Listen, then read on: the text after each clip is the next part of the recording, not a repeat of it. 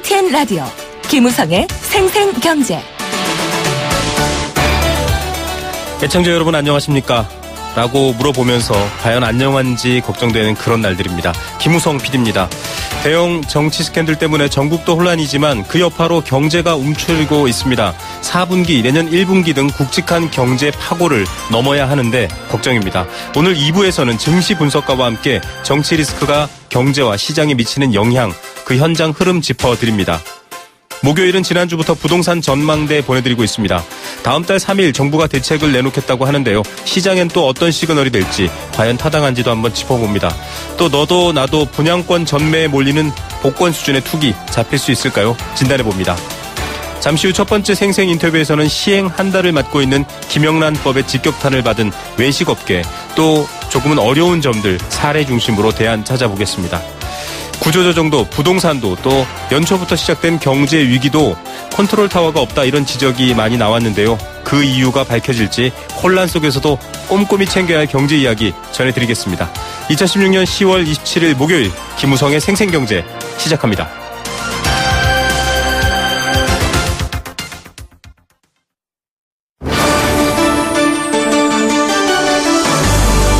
YTN 라디오 김우성의 생생경제.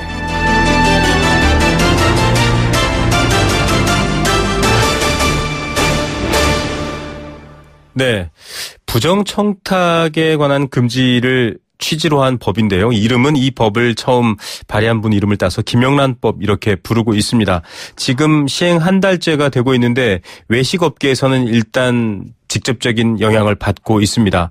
부정에 대한 부분들은 아직 확인이 되지 않았지만은 실제로 법원에 신고가 되거나 지금 관련해서 재판이 진행된 거는 한 3건 정도로 얘기가 되고 있는데요. 문제는 이 법의 취지와 또 좋은 점도 있겠지만 당장 부작용에 해당되는 이 어려움을 겪고 있는 경제 부분도 살펴봐야 할 것 같습니다. 시행 한 달 김영란법의 효과와 여파 어떨지 한번 알아보겠습니다. 외식산업중앙회 신훈 정책경영국장 전화로 연결합니다. 안녕하십니까? 네, 안녕하세요. 네. 입니다. 네. 예, 오늘 지금 김영란법 시행 한 달입니다. 우선 이 법의 시행 전과 후 외식업계의 상황이라던가 여러 가지 현장에서 들리는 이야기들 좀 다를 것 같거든요. 어떻습니까? 네. 다들 이제 죽겠다는 그 소리가 현장의 목소리인데요. 네네. 일단은 9월 28일 날, 시행 당일 날, 몇 군데 저희 업소를 제가, 조사를 해보니까. 네. 한 30% 매출이 줄었고요. 그 다음에 한 보름 정도 경과한 시점에서는 이제 40% 매출이 줄은 것으로 저희가 조사를 했어요. 네네. 그래서, 많은 곳들이 이제 폐업을 해야 되지 않겠느냐, 이런 말씀들을 많이 하시고요. 이제 현금 흐름이 안 좋으니까, 네. 폐업할 수밖에 없겠다, 이런 의견들이 많이 들리고 있습니다. 네. 예. 취지 자체야 부정청탁을 막겠다라는 건데 지금 말씀하신 것처럼 당장의 이 법의 취지라든지 또 부정청탁에 대한 부분이 아니라 액수, 이런 것들에 조금 화제가 많이 몰려 있어서 언론들도 종종 비판을 했거든요. 좀 외식업계 같은 경우에는 사실은 이 액수라고 하는 건 결국은 매출이 직결되는 이 판매 식품 혹은 음식의 가격을 얘기할 텐데 어떻습니까? 실제로 이런 부분에 있어서 좀 영향이 있나요?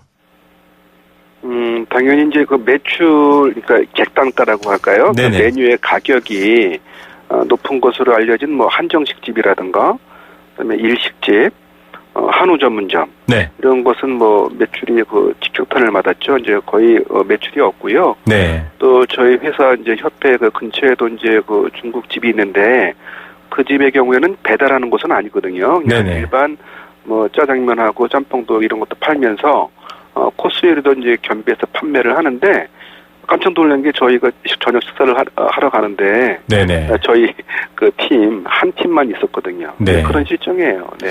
네, 이 정도라고 하면 물론 전체적인 총수 분석까지는 아직 진행이 안 되고 있지만 네네. 굉장히 유의미한 영향을 미치고 있다.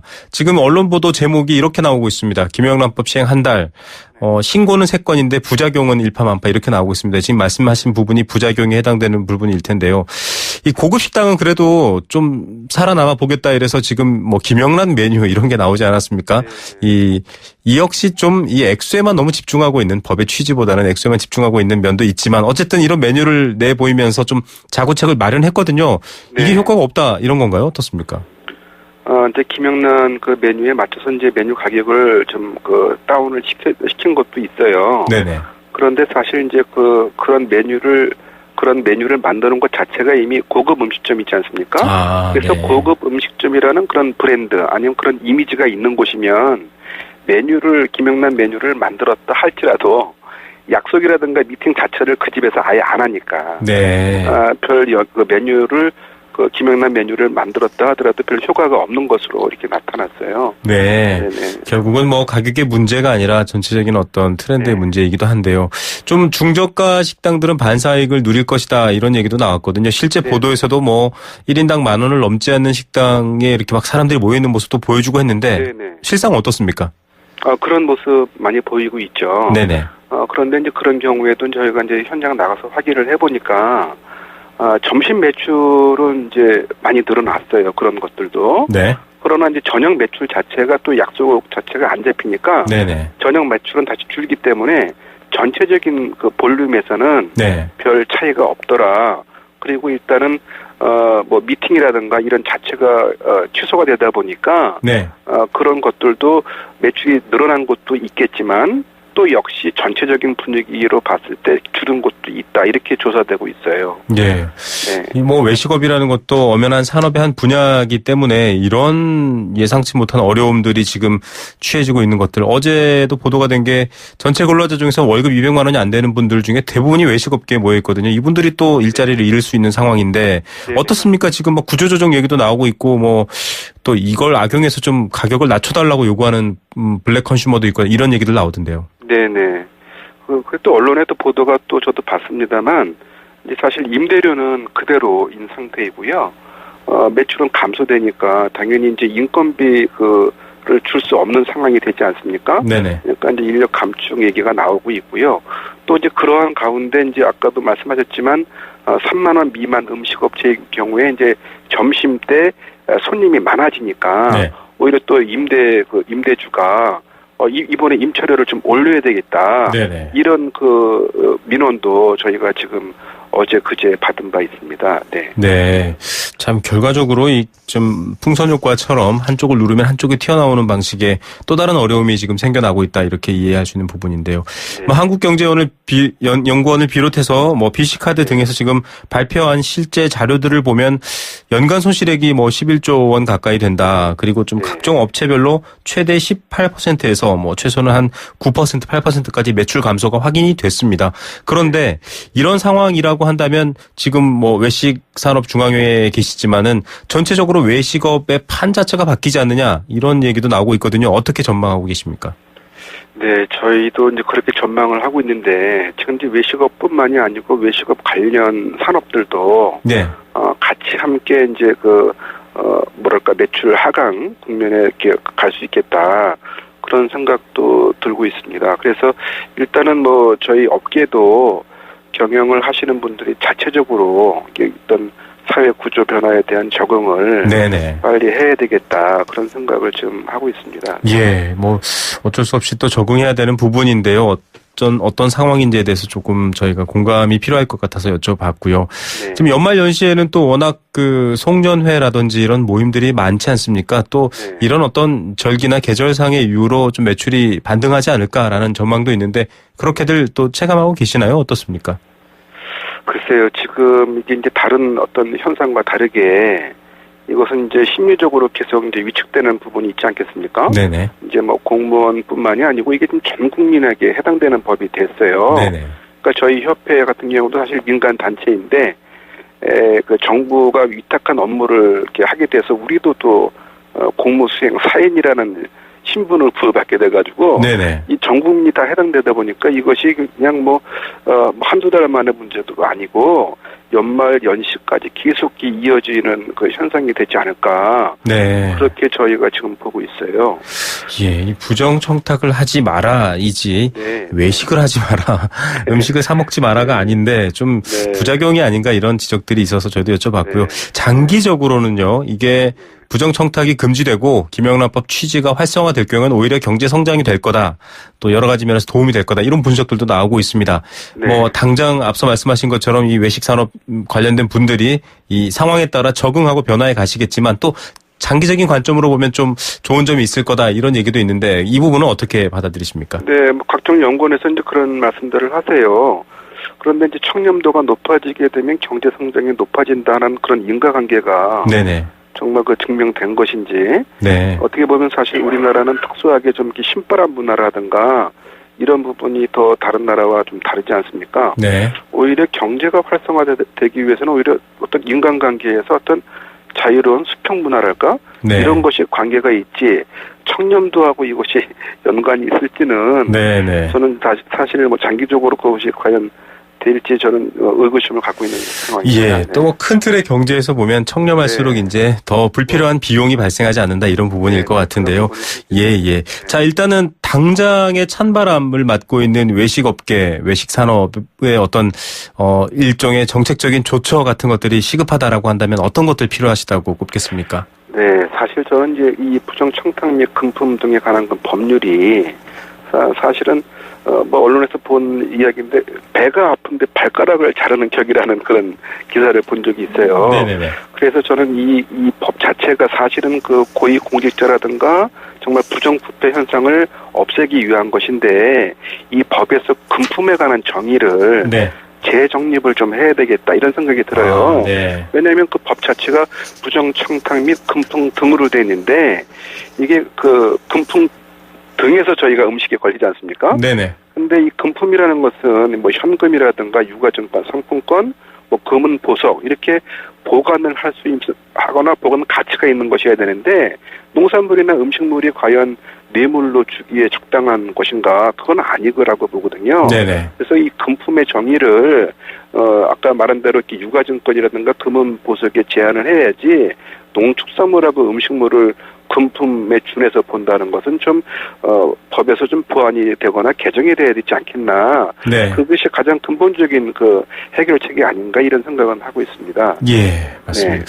부정 청탁에 사용되는 금품에 대한 부분들을 좀 더 정교하게 다듬어야 될 필요가 있다. 네네. 이런 제안을 해주셨습니다. 뭐 수생의 날 생화 선물하면 안 되고 종이꽃이 네네. 된다. 이런 얘기들이 논란이 될 만큼 좀 앞으로 수정될 부분이 있지 않을까 저희도 전망해 보겠습니다. 오늘 인터뷰 감사드립니다. 네, 고맙습니다. 네, 한국외식산업중앙회 신훈 정책경영국장이었습니다. YTN 라디오 김우성의 생생경제. 네, 생생경제 계속 함께하고 있는 새로운 코너 경제 공감사전입니다. 여러분께서 사전을 직접 만들어주시는 거니까요. 개념이나 단어 혹은 이슈에 관련된 말들 여러분 의견과 또 새로운 뜻 써주시면 됩니다. 의견 보내주시면 알칼리 생수 에이수 한 박스 드리고요. 여행 스케치에 나무야 공연 티켓 드립니다. 일산 원마운트에서 워터파크 이용권 드리고 있고요. 선정릉을 품은 도심 속 특급 호텔 라마다 서울에서 숙박권 드립니다. 단문 50원, 장문 100원에 정보 이용료 부과되는 샵 0945번 문자로 보내주시면 됩니다. 오늘 경제 공감사전은 앞서 인터뷰했던 김영란법입니다.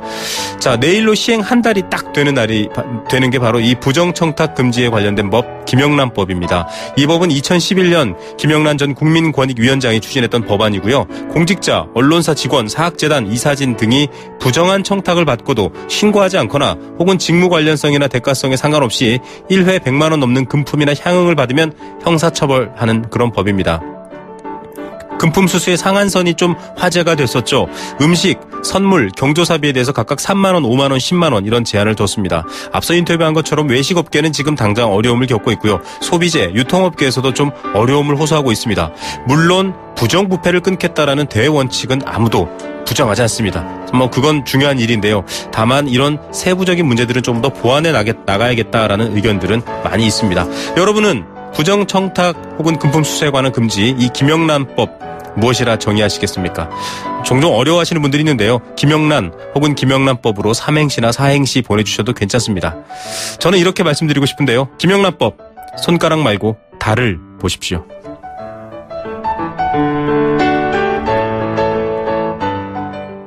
생생경제1부 포스코와 함께했습니다. 캠페인 2개 들으시고요. 경제 톱뉴스로 돌아옵니다. YTN 라디오 캠페인.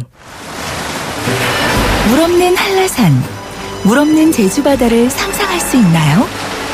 제주의 아름다운 자연과 풍경은 깨끗하고 건강한 물이 있기에 가능합니다.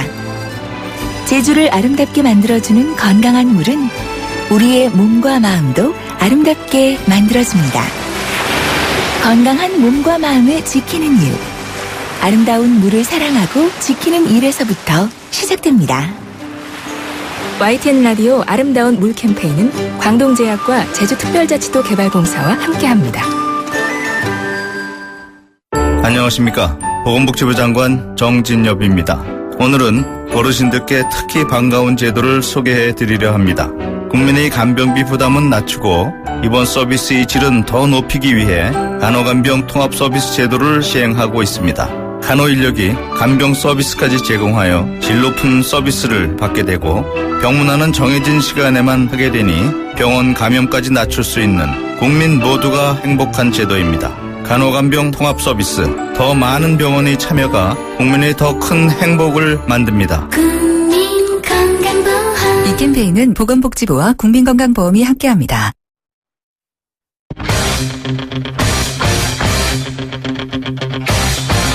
지금 가장 뜨거운 경제 소식. 경제 톱 뉴스. 네, 정부가 어려운 경제 상황에 발맞춰서 대책들을 다음 달 3일에 내놓습니다. 오프닝에서도 말씀드렸는데요. 첫 번째 뉴스로 잠시 소개해드리겠습니다. 은행에서 대출을 받았더라도 14일, 2주 이내라면 조건 없이 철회할 수 있습니다. 좀 더 생각해 볼 수 있는 시간을 준다, 이런 취지인데요. 자세한 내용 두 번째 뉴스로 전해드립니다. 결혼도 안 하고 출산도 없어서 굉장히 고민이다, 이런 뉴스들 나오고 있는데 결혼 중개업자들도 역시 직격탄을 맞고 있습니다. 세 번째 뉴스로 마련되어 있습니다. 이 시각 가장 뜨거운 경제 톱 뉴스들 보내드리겠습니다. 비즈니스워치 김춘동 기자 연결합니다. 안녕하십니까? 네, 안녕하세요. 네, 자, 부동산 대책을 포함해서 정부가 내달 3일 계획을 좀 내놓죠? 네, 정부가 오늘 이 첫 번째 경제 현안 점검 회의를 열었는데 이 다음 달 3일에 이 부동산 추가 대책을 좀 내놓기로 했습니다. 이 강남권 재건축 단지를 중심으로 지금 부동산 경기가 좀 과열 조짐을 보이면서 이제 본격적인 대응에 나선 건데요. 다만 이 손을 잘못했다가는 이제 부동산 경기 급냉과 함께 이 경제 전반에 좀 악영향을 줄 수도 있어서 좀 선별적이면서 단계적으로 대응을 하자, 이렇게 좀 의견을 모았습니다. 시장에서는 강남권을 중심으로 맞춤형 대책이 좀 나올 것으로 좀 전망을 하고 있는데요.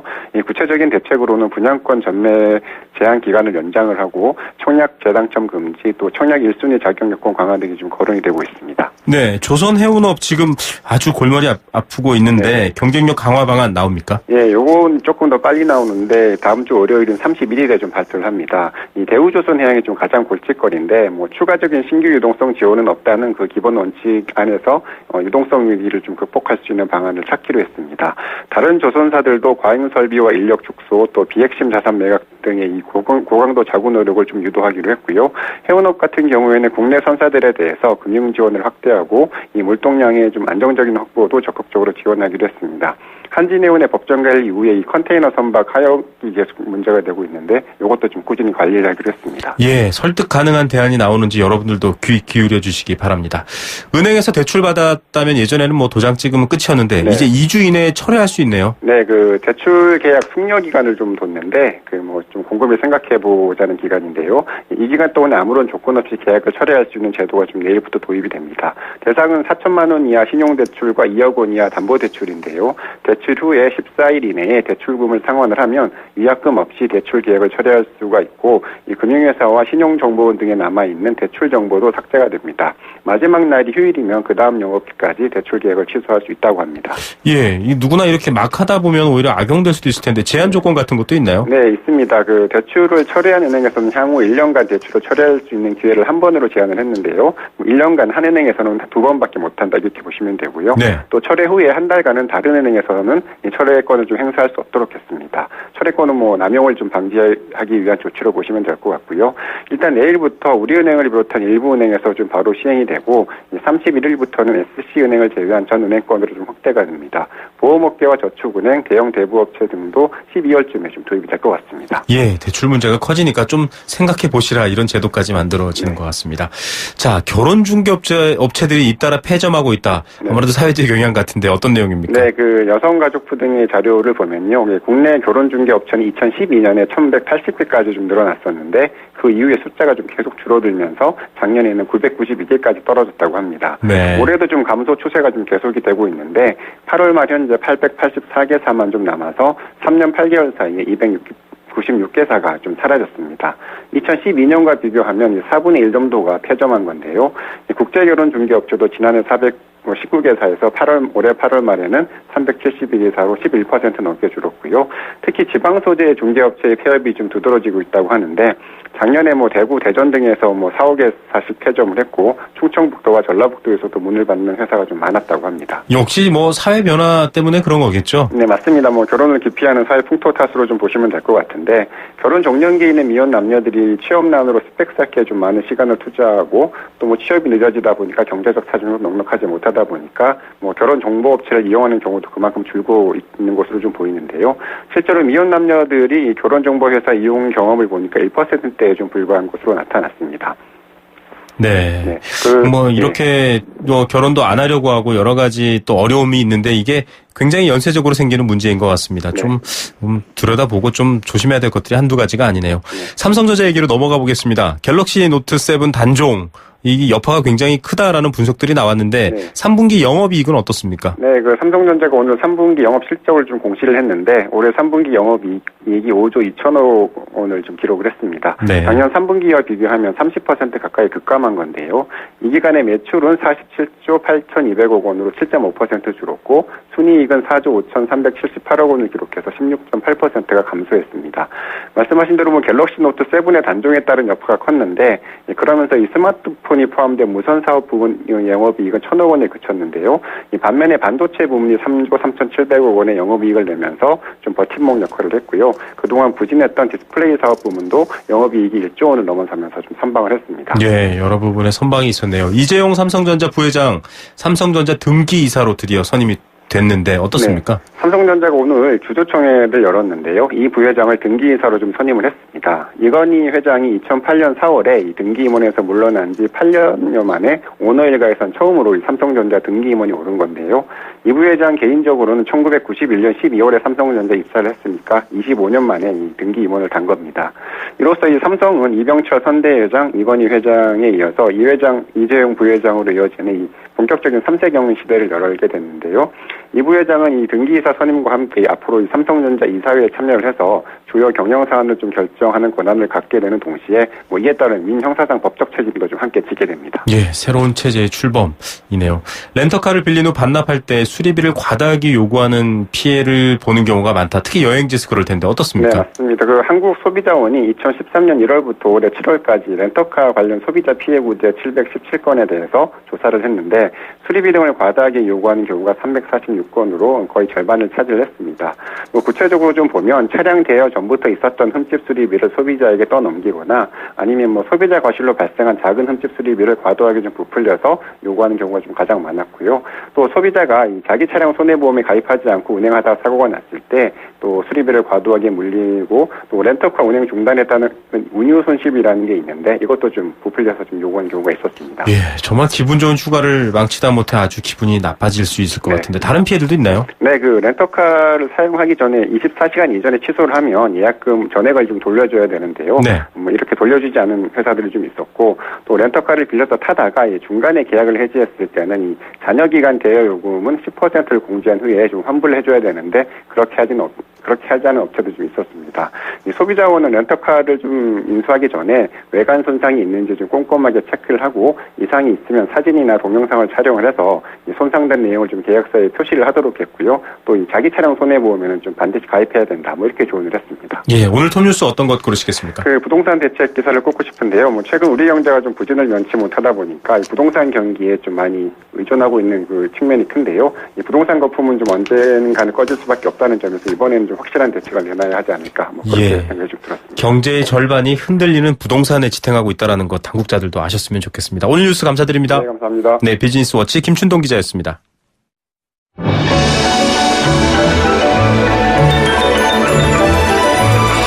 오늘의 경제를 들여다보는 시원한 창. YTN 라디오 김우성의 생생경제 생생인터뷰. 두 번째 생생 인터뷰 보내드립니다. 연일 뉴스를 장식하고 있는 이른바 최순실 게이트, 그 충격과 여파가 상당하죠. 그런데 경제 부문에서도 어제 4분기 경제 전망 정말 성장 절벽이다 이런 얘기 전해드렸는데 이렇게 영향을 받고 있는 데다가 더 엎친 데 덮친 격에 부담이 되고 있습니다. 대통령의 사과 발표를 기준으로 주가가 변동하고 있었고요. 또 향후 흐름에 따라 경기 그리고 증시에는 민감한 영향을 미칠 것으로 보입니다. 관련해서 전문가와 함께 이 경제의 리트머스라고 볼 수도 있겠죠. 증시의 움직임을 비롯한 동향 분석 마련해 드립니다. 신한금융투자 곽상준 부지점장 연결하겠습니다. 안녕하십니까? 네, 안녕하십니까. 곽상준입니다. 네, 오랜만입니다. 이른바 최순실 게이트, 지금 뭐 검찰에서 특수본까지 꾸리고 여러 가지 특검 논란도 가고 있는데요. 경제 부문에도 꽤 충격을 준 것 아니냐 이런 뉴스들이 쏟아지고 있습니다. 흐름과 현장 상황은 어떻습니까? 네, 저희가 생각할 때 보통 이제 컨트롤 리스크라고 하죠. 그러니까 지정학적 위기가 발생했을 때 일반인들이 생각할 때에 비해서 훨씬 더 증시는 잠잠하게 끝나는 경우가 많습니다. 그래서 사실 이거는 뭐 국외적으로 생긴 게 아니고 국내적인 일종의 컨트롤 리스크다 이렇게도 표현할 수 있을 것 같은데 네. 그래서 뭐 많은 분들이 뭐 영향이 많을까 이렇게 생각을 했었습니다. 근데 전일 같은 경우는 조금 충격을 받았던 게 분명히 맞고요. 네. 특별히 외국인들이 하락에 좀 대비하는 그런 양상을 조금 보여준 게 어제 시장 심리를 더욱더 어둡게 하는 그런 모습이었습니다. 전일 외국인이 선물 시장, 그러니까 앞으로 시장이 어떻게 될 네네. 것인지를 예측하면서 거래하는 이 선물 시장에서 무려 그 과거에 보지 못했던 정도 수준이 한 16,000계약 정도, 그러니까 1조 5천억을 넘는 수준의 그 선물을 갖다 대다 파는 그런 모습을 보여주었거든요. 네. 그리고 투자 심리도 굉장히 경색되는 모습을 보여주었습니다. 왜 이런 모습을 보였느냐? 왜 북한 핵이나 이런 컨트리 리스크와 이번 소위 말하는 VIP 리스크라고 표현해야 할까요? 네네. 이런 리스크가 어떻게 다르게 영향을 미치나 이렇게 보면 향후에 어떻게 전개될지에 대해서 대단히 불투명하다라는 것이죠. 네. 주식시장은 이제 전통적으로 미래가 잘 보이지 않는 어두울 때, 즉 우리가 불확실성이라고 표현을 하는데요. 네네. 이런 불확실성이 커지면은 대체적으로 좀 부정적으로 반응하는 경향이 높습니다. 그러니까 이번 건이 앞으로 어떻게 전개될지 사실 누구도 잘 예측하기 좀 어렵지 않습니까? 네. 아주 극단적인 조치가 나올 것이다. 뭐 탄핵, 하야 이런 단어들이 막 뜨고 있는데요. 그러다 보니까 앞으로 흐름들이 예측하기 어려웠기 때문에 조금 주식시장이 흔들렸다 이렇게 볼 수 있겠습니다. 예, 선물 시장에서 외국 자본의 이동은 아주 눈에 띌만한 움직임을 보였다라는 분석도 해주셨는데 사실은 북핵 문제라던가요, 혹은 뭐 네. 휴전선 군사 충돌이라던가 서해안 충돌이라던가 이런 전통 표현이 좀 이상합니다만 전통적인 지정학적 리스크와 달리 이런 정치 게이트가 오히려 더 큰 충격파를 줬냐라는 얘기가 있거든요. 네. 어떻습니까? 비교나 그간에 오래 있었던 북핵 실험도 그렇고요. 비교했을 때 네네. 좀 더 여파가 큰 건가요? 예, 아무래도 이게 주식시장의 절반은 사람들의 심리에 의해서 좌우된다 이렇게 볼 수 있습니다. 네네. 기업들이 참여한 시장이기 때문에 기업의 실적이 어떻게 가는지 어떤 정확한 수치도 매우 중요합니다만 사람들이 참여하는 시장이기 때문에 사람들의 마음이 어떻게 움직이느냐에 따라서 결과치가 좀 달라지는 흐름들을 보여주는데요. 네네. 북한핵 같은 경우는 뭐라 그럴까요? 내성이 많이 생겼고 마음이 많이 단련이 되어 있죠. 그러니까 북한핵이라든가 어떤 그 지정학적 군사적 충돌이나 이런 것들이 생겨서 이것이 전쟁으로 이어질 것이라고 사람들이 생각한다면 네. 뭐 주식시장이 엄청난 충격을 받을 겁니다. 그러나 네. 시장에 참여하는 많은 사람들이 그렇게 이어지지 않을 것이다라는 것을 과거의 경험치에 의한 학습 효과로 알고 있거든요. 네네. 그러니까 내성이 생겼기 때문에 거기에는 크게 심리가 요동을 하지 않았는데 이번 건은 앞으로 앞서 언급을 드렸던 대로 어떻게 될 것이냐. 좌로 네. 갈 수도 있고 우로 갈 수도 있는 뭐 그런 상황 아니겠습니까? 네네. 그러니까 그 부분을 예측할 수가 없었기 때문에 시장에서 불안해했던 것이고 그 불안해했던 것이 시장에 반영되었던 것이다 이렇게 말씀드릴 수 있겠습니다. 예, 이 시장, 증시 또 이 경제의 어떤 동향을 읽어내는 부분들은 심리가 거의 절반 이상이다라고 할 만큼 중요한데요. 불확실성, 앞으로 어떻게 될지 모른다라는 부분이 지금 상당히 큰 불안함을 만들고 있다라고 얘기했습니다. 지금이 뭐 이런 앞서도 언급되고 있지만 뭐 굉장히 탄핵 하야 이런 말까지 등장하는 수준의 어떤 논리들이 있는데 이런 네. 정치적 불확실성에다가 지금 뭐 금리, 미국 연말에 미국 금리가 오르거나 이런 부분들 또 해외 여러 상황들까지 엎쳐서 네. 더 힘들어지는 거 아니냐 이런 우려도 있는데 어떻습니까? 예, 일단 뭐 제일 큰 이벤트는 미국의 금리 인상이 12월 달에 있는데 그보다 앞선 이벤트가 하나 있죠. 11월 달에 미국 대선이 있지 않습니까? 네네. 사실 그것도 정치 이벤트고요. 지금 한국도 일종의 정치 이벤트라고 표현할 수 있을 것 같은데 아무래도 미국 대선이 있을 때까지는 투자자들이 조금 조심하는 그런 흐름들이었습니다. 미국의 결과를 보고 가겠다 뭐 이런 흐름들이 많았고 네네. 사실 뭐 요즘 조금 가시화되지 않습니까? 미국 대선의 흐름들이 네. 결과치가 이렇게 나올 것이다 뭐 이렇게 조금 가시화되고는 있습니다만 아무래도 한국의 이런 정치적 리스크라면 미국과의 이런 관계성도 있기 때문에 아무래도 미국의 대선이 결정이 나고 어떤 뭐 외교적인 안정화의 관계가 들어갈 때까지는 조금만 여파들은 계속 기운이 이어질 것이다 이렇게 보여집니다. 오히려 12월에 있는 금리 인상보다는 11월에 있는 대선 때까지가 한국 증시의 어떤 불확실성이 좀 이어지는 시간이 아니겠는가 이렇게 예상을 하고 있습니다. 예, 큰 환경에서 장기적 관점에서 이런 부분들을 얘기해 드렸고요. 당장 그래도 오늘이나 또 증시를 보면 나름 뭐 예전에도 말씀해 주셨지만 늘 박스권 내에서 좀 잘 방어되고 있는 그런 상황인 것 같은데 어떻습니까? 네, 맞습니다. 오늘은 약 지수가 한 10포인트 정도 상승하면서 마감을 하는 흐름들을 보여주었고요. 그러나 이제 큰 틀에서는 굉장히 큰 변화들이 있습니다. 그동안에 이제 연결을 안 하는 동안에 굉장히 큰 변화가 하나 있었는데요. 네. 어떤 변화냐면 금리가 굉장히 많이 오르고 있습니다. 네. 특별히 미국 기준으로 미국 그 10년물 국채 금리가 이제 1.8% 근처까지 상승하는 흐름들을 보여주는데요. 네. 이것을 간단하게 말씀드리면 금리는 앞으로도 12월 금리 인상 미국이 있을 때까지 계속해서 상승으로 가는 흐름들을 보여줄 것 같습니다. 이는 곧 채권 가격은 계속 떨어진다라는 얘기인데요. 네. 그러니까 채권 시장은 매우 어려운 시장이 전개가 될 것인데 그렇다면 채권 시장을 대체할 수 있는 다른 시장으로 돈이 넘어갈 것이냐 말 것이냐의 상황입니다. 지금. 그래서 네. 그런 부분에서 사실 대외적인 유동성의 여건은 주식시장이 나쁘진 않은데요. 참 좀 안타깝게도 국내 리스크가 이렇게 불거져서 외국의 이런 좋은 흐름들에 우리가 수혜를 받기에는 조금 더 시간을 두고 기다려야 되는 상황에 봉착한 것 아니냐 이렇게 판단을 하고 있습니다. 예, 금리 관련된 움직임도 좀 심상치 않다 이런 얘기들 보여주셨습니다. 지금 뭐 4분기 성장 절벽 이런 얘기도 나오고 있는 환경들 앞서 지적해 드리고 있는데 네.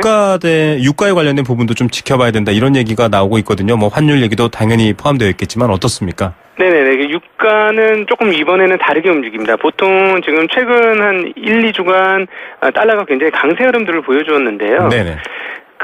보통 달러가 강세라면은 유가는 약세가 되는 게 맞습니다. 즉 달러 가치가 올라갔으니 달러 가치 올라간 만큼 유가가 떨어지는 게 맞는데 네. 많이 떨어지지 않고 있습니다. 그러니까 네. 유가가 그동안과는 좀 다른 궤적으로 갈 수가 있겠고요. 이것은 앞서 말씀드렸던 건데 미국 연준이 지금 천명한 게 뭐냐면 금리는 올리겠다라고 네. 천명을 했고 대신 그 반대로 자산의 총량은 줄이지 않겠다라고 얘기했습니다. 그러니까 네. 유동성의 양은 유지시키면서 금리만 올리겠다라고 한 것인데요.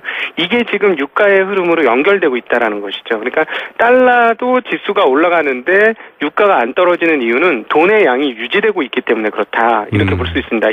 그러니까 원자재 강세의 흐름들이 지속이 될 것이고 앞서 약간 말씀을 드리려다가 말았는데 이렇게 된다면 원자재 강세가 계속 이어진다면 신흥국 증시 쪽으로 이해되는 한국 증시에도 외국인 자산은 계속적으로 들어올 것이다 보여집니다. 지난 3월 이후로 외국인들은 거래소에서 약 15조 원의 주식을 순매수했는데요. 네네. 이 기조는 뭐 계속해서 앞으로도 이어질 가능성이 크기 때문에 국내의 정치적 리스크가 좀 감소가 된다면 이런 흐름에 의한 혜택을 좀 볼 가능성은 점차 커지지 않을까 이렇게 예상하고 있습니다. 네, 국내 정치의 불확실성 등에 대한 위기 요소만 잘 관리되면 또 조금 좋은 국면을 맞이할 수도 있다 이런 생각을 해봅니다. 오늘 말씀 감사드립니다. 네, 고맙습니다. 네, 신한금융투자 곽상준 부지점장이었습니다.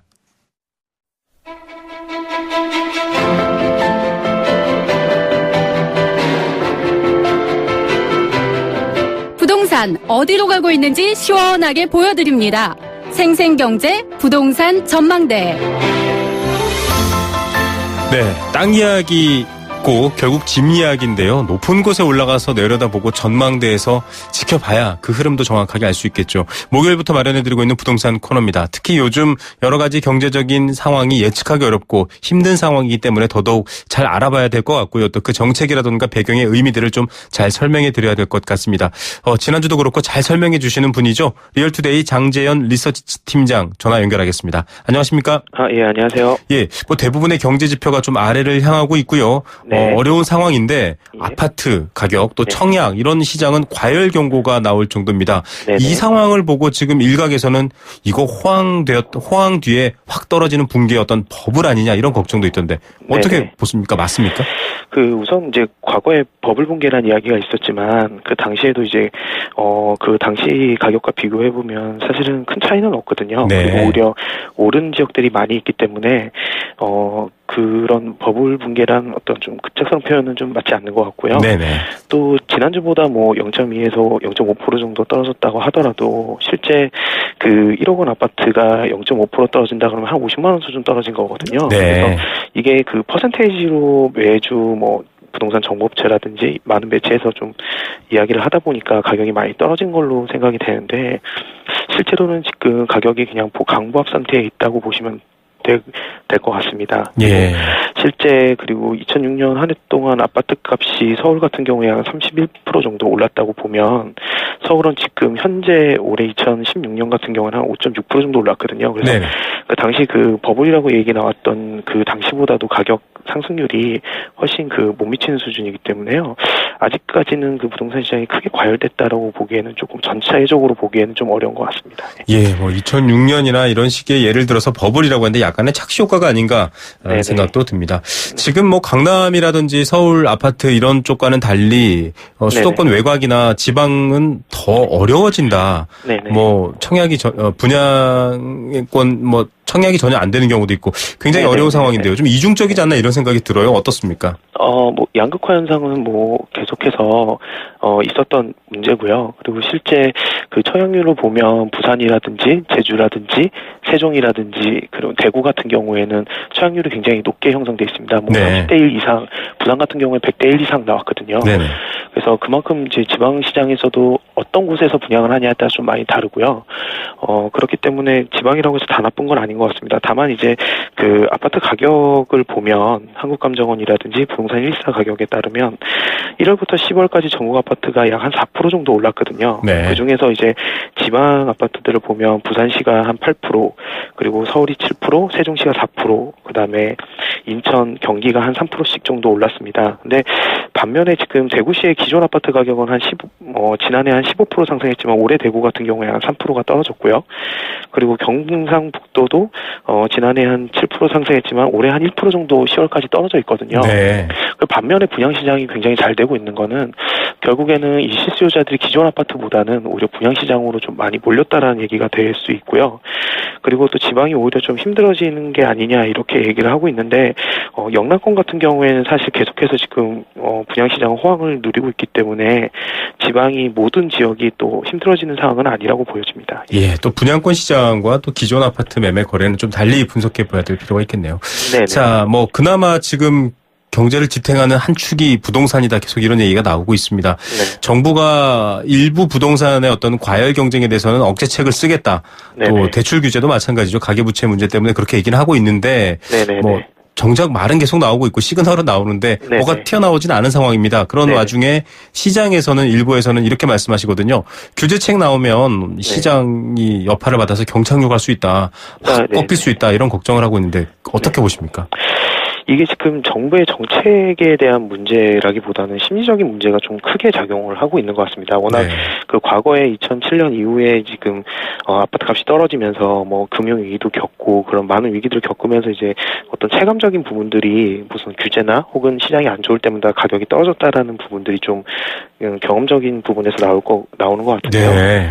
그 문제는 이제 시장 전체를 좀 둘러볼 필요가 있는 것 같거든요. 네. 이제 규제가 있지만 사실은 부동산이 돈이 된다면 규제가 있더라도 돈이 몰리는 거는 앞서 참여정부나 DJ정부 때도 봤었거든요. 네네. 그래서 규제가 어설프게 나와봤자 시중은 뭐 어차피 계속 상승하는 거고요.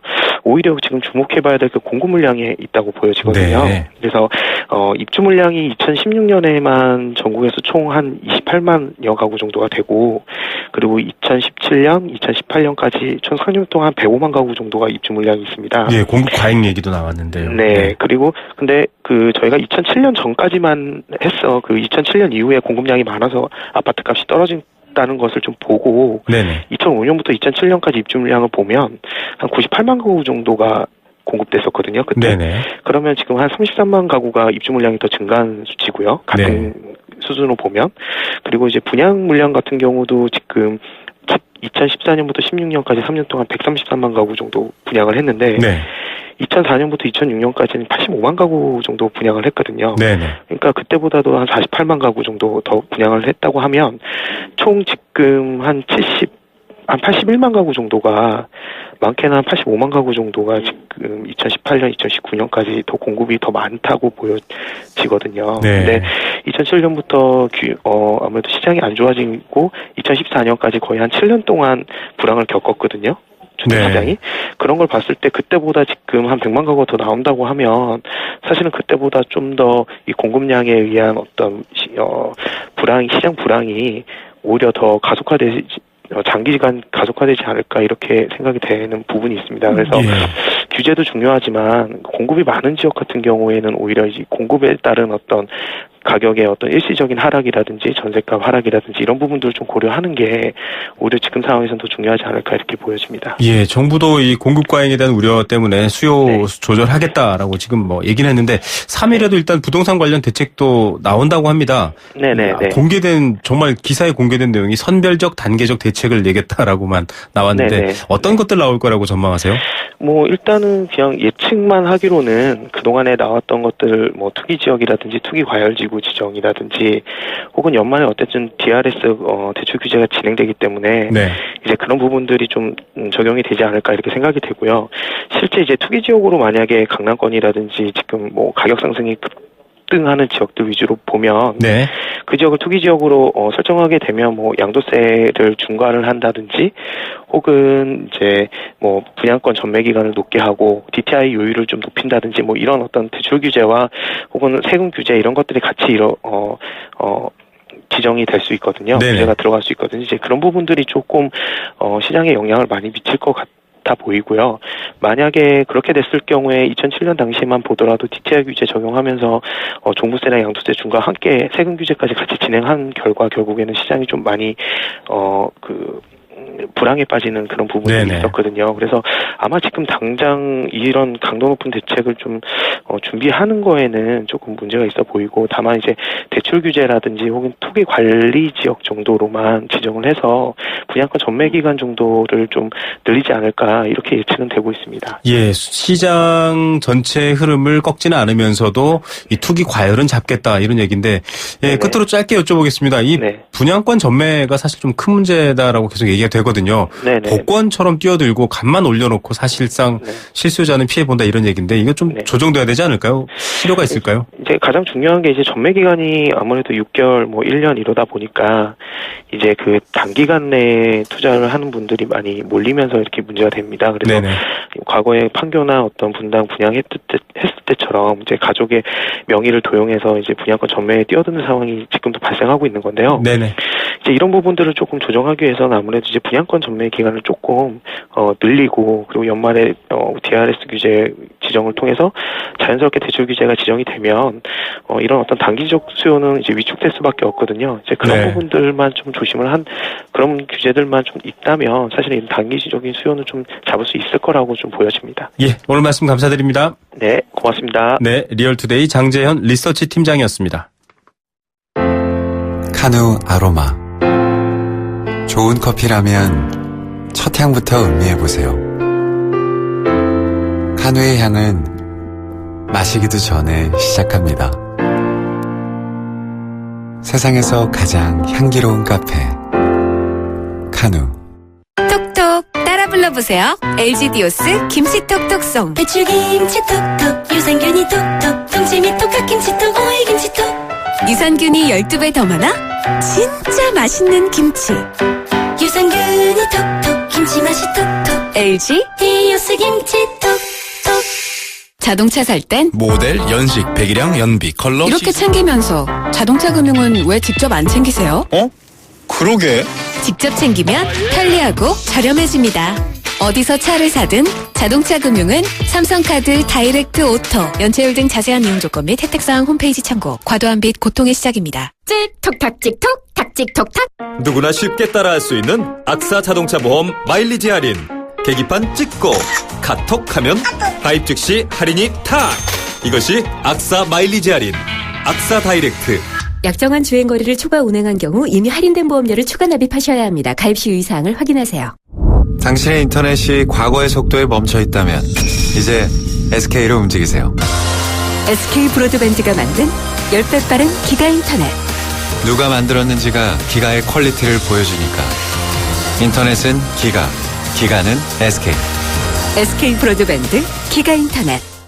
처음으로 엄마가 된 날, 꿈꾸던 여행을 떠나는 날, 첫 차가 생긴 날. 세상엔 참 좋은 날이 많죠? 이 좋은 날이 계속될 수 있도록 든든한 보장과 알뜰한 보험료로 MG가 함께합니다. 당신의 좋은 날, MG 새마을금고보험. 네, 생생경제 포스코와 함께했습니다. 참 어렵다라는 의견 주신 자영업자분도 계시고요. 다들 취지에는 공감하시네요. 생수는 5504님께 드립니다. 강력하게 실행되어야 됩니다. 국민 입장에선 밀어붙입시다. 얘기 주셨고요. 2036님 사행시 주셨습니다. 금융실명제와 함께 투명하고 깨끗한 대한민국을 위해 영원히 지속돼야 하는 난상 끝에 태어난 법 중의 법입니다. 네, 원마운트 선물 드릴게요. 내일 뵙겠습니다. 김우성의 생생경제였습니다.